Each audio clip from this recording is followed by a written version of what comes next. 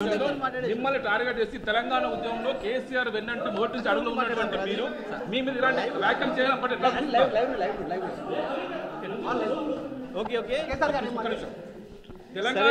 తెలంగాణ ఉద్యమం నుంచి కేసీఆర్ నుంచి పార్టీ వ్యవస్థాపక సభ్యులుగా ఉన్న మీ గురించి ఎమ్మెల్సీ కవిత ఇలాంటి వ్యాఖ్యలు చేయాలంటే మీరు ఏమనుకుంటున్నారు?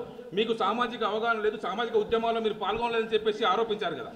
ఓకే సరే, పాపం నేను అనుకుంటుంది ఏంటంటే నా ఉద్యమ ప్రస్థానానికి సంబంధించి వారికి ఉన్న జ్ఞానం గది, వారి జ్ఞానానికి నా జోహార్లు.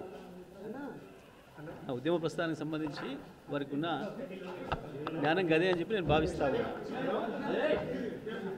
ఇక రెండో విషయం అంటారా, ఇతర కార్యక్రమాలకు సంబంధించి, ఇతర విషయాలకు సంబంధించి వారు మాట్లాడింది మనకు చాలా స్పష్టంగా కనపడింది. ఆ మాటలు ఇవాళ కొత్తగా కవిత గారు మాట్లాడిన మాటల్లో కొత్త విషయాలు ఏం నాకు కనపడలేదు.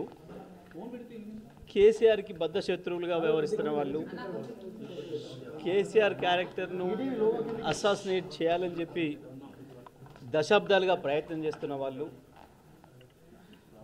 బీఆర్ఎస్ను ఖతం చేయాలని చెప్పి ఆలోచిస్తున్న వాళ్ళు, ప్రయత్నం చేస్తున్న వాళ్ళు, దాంట్లో ముందరగా ఉన్న రేవంత్ రెడ్డి, రాధాకృష్ణలు నా గురించి ఏం మాట్లాడినరో, ఏం రాసినరో గవే మాటల్ని మళ్ళీ వెళ్ళవేసే ప్రయత్నం చేసినందుకు ఆమెకు నా సానుభూతిని తెలియజేస్తా ఉన్నా.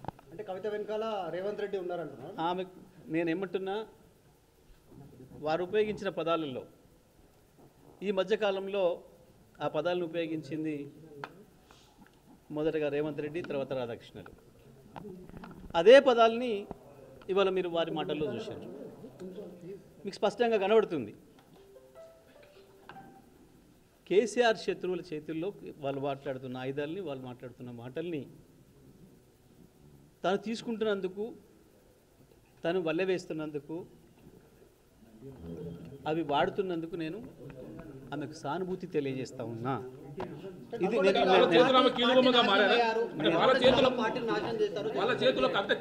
నేనేమంటున్నా, ఓకే, నల్లగొండ జిల్లాకు సంబంధించి 25 సంవత్సరాల కాలంలో జరిగిన ఉద్యమాలన్నిటికీ, వచ్చిన విజయాలన్నిటికీ నాదే బాధ్యత, నేనే కారకుణ్ణి అని కనుక వారు భావిస్తే ఈసారి జరిగిన ఓటమికి కూడా నేనే బాధ్యత వహిస్తా.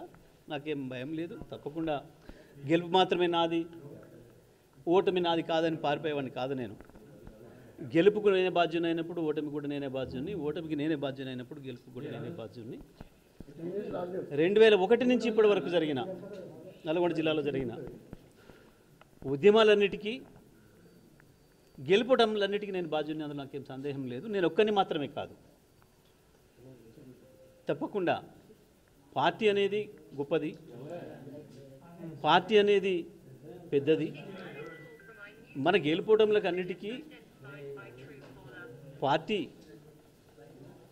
ఉంటుంది తప్ప మనం వ్యక్తులుగా ఏదో చేస్తామని ఎవరు అనుకుంటే అది వాళ్ళ భ్రమ. కొంతమంది తమకు తాము ఎక్కువ ఊహించుకొని ఏదేదో అయిపోతారు. కానీ నేను అట్లా అయిపోయాను కాదు. నేను పార్టీ సైనికుడిని, పార్టీలో క్రమశిక్షణ గల సైనికుల్ని 25 ఏళ్ళుగా. ఆ విషయం కేసీఆర్ గారే ఎన్నో సందర్భాల్లో చెప్పాను, మీ అందరి సాక్షిగా. కాబట్టి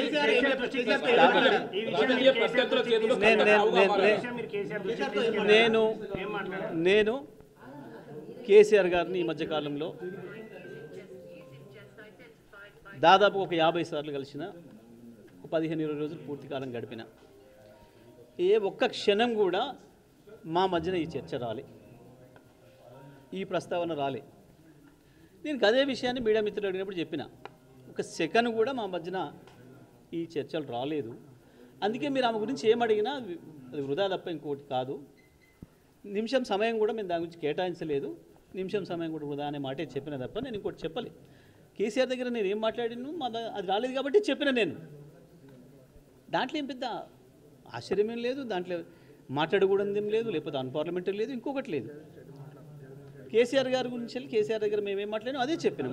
బనకచెర్ల గురించి మాట్లాడినాం, కాళేశ్వరం నీళ్ళ గురించి మాట్లాడినాం, ఎరువుల గురించి మాట్లాడినాం, దెబ్బతింటున్న వ్యవసాయ రంగం గురించి మాట్లాడినాం, ఎట్లా కాపాడుకోవాలి నీళ్లను, గోదావరిని, బనకచెర్ల విషయంలో ఎట్లా ముందుకు పోవాలి, ఏ రకంగా దాన్ని ఆపాలి, ప్రజా ఉద్యమాల పట్ల ఎట్లా నిర్మాణం చేయాలి, కోర్టుల ద్వారా ఎట్లా ఆపాలి, గీ తపన తప్ప మాకు గీ ప్రయత్నం తప్ప కేసీఆర్ గారి దగ్గర ఇంకా ఏ చర్చ రాలేదు. కాబట్టి నేను ఎక్కడన్నా ఒక సందర్భాల్లో విలేకరుల మిత్రులు అడిగినప్పుడు అదే మాట చెప్పిన. నేను ఒక్కసారి మాట్లాడినా 100 సార్లు మాట్లాడినా మీరు 1000 సార్లు ప్రశ్న వేసినా నా సమాధానం ఒక్కటే.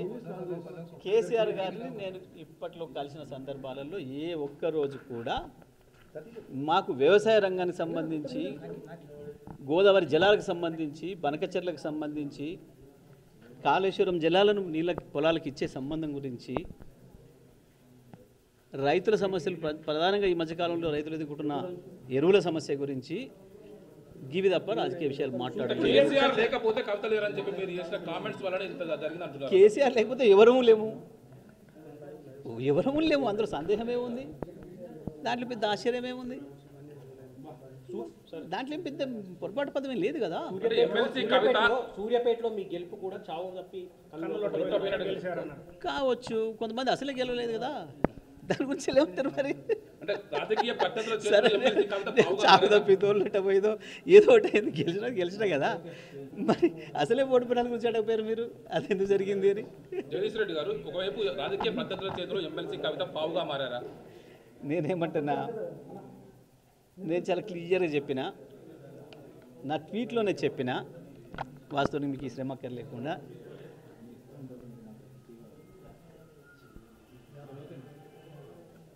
రేవంత్ రెడ్డిలు, రాధాకృష్ణలు ఈ మధ్యకాలంలో నా గురించి మాట్లాడిన పదాలని మరొకసారి వల్లవేసే ప్రయత్నం చేసినందుకు వారికి నా సానుభూతిని తెలియజేస్తున్నా అని చెప్పిన. It is very clear. Gajwel ఇప్పుడు వెళ్ళి అక్కడ నుంచి వస్తూ ఉన్నారు. కేసీఆర్ ఈ సందర్భం చర్చకు వచ్చిందా కవిత కామెంట్ చేసిన అంశం? నేను చెప్పినది ఈ రోజే కాదు, ఏ రోజు కూడా ఆ అంశం మా మధ్య చర్చకు రాలేదు. నేను ఇదే విషయాన్ని చెప్పిన, ఎవరు అడిగినా ఇదే విషయాన్ని చెప్పిన. నేనేమంటున్నా, ఈ విషయాలు ఏది మేము ఎప్పుడు చర్చించలేదు. సరే ఆమె అన్నది కూడా నేను ఇప్పుడు మీరు అంటారు కదా, అది వినలేదు నేను ఆ విషయం. మరి ఆ విషయం నేను వినలేదు. అంటే ఒక మామూలుగా బీఆర్ఎస్ పార్టీ నేతగా, ఒక కేసీఆర్ సైనికుడిగా మీరు ఆమె పైన అంత యాడ్స్ కామెంట్ చేస్తే మీరు ఎందుకు సపోర్ట్గా మాట్లాడలేదు? అదే అంటుందా? ఇది మరి నేను చూడలేదు ఆ విషయం. నేను చూస్తుంటే మాట్లాడేవాడిని. బహుశా నేను ఆ 2-3 డేస్ నేను మీడియాకి అందుబాటులో లేనట్టున్నా, చూడలేదు.